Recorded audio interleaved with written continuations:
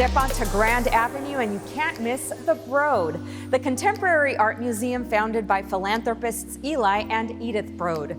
The Broad's focus on the art of our time is reflected in their powerful exhibition, Soul of a Nation, Art in the Age of Black Power, 1963 through 1983.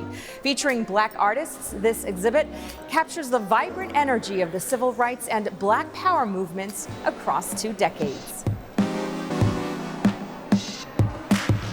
Our permanent collection is on view in our 3rd floor galleries, and in these galleries we have special exhibitions that rotate. Today we're here to see Soul of a Nation, Art in the Age of Black Power. It looks at artwork made between 1963 and 1983 that examines the moment of civil rights and Black Power across the United States. We see over 60 unique perspectives, both aesthetic and political, that comes through in the artwork.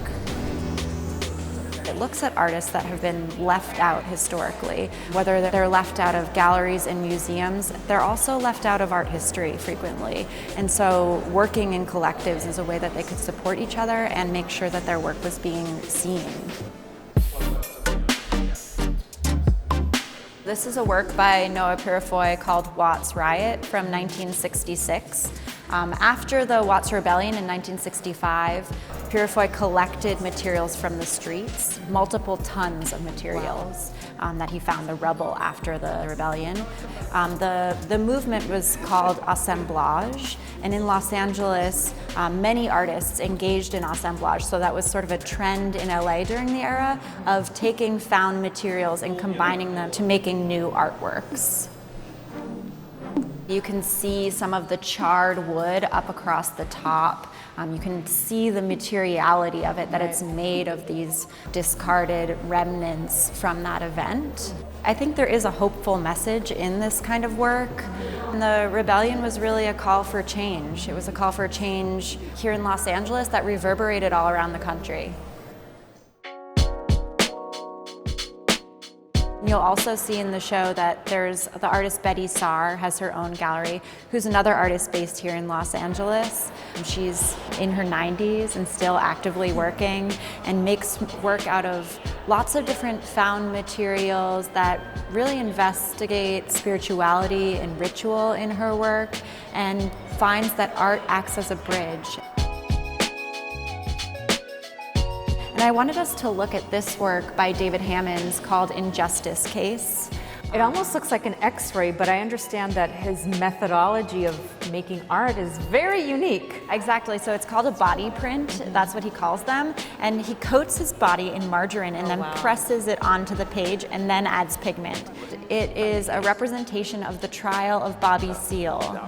Bobby Seale was a prominent member of the Black Panther Party and was arrested in Chicago as a part of the Chicago 8 for the possibility of inciting riots, and was denied his choice of counsel because he had several outbursts in the courtroom. The judge ordered him bound and gagged.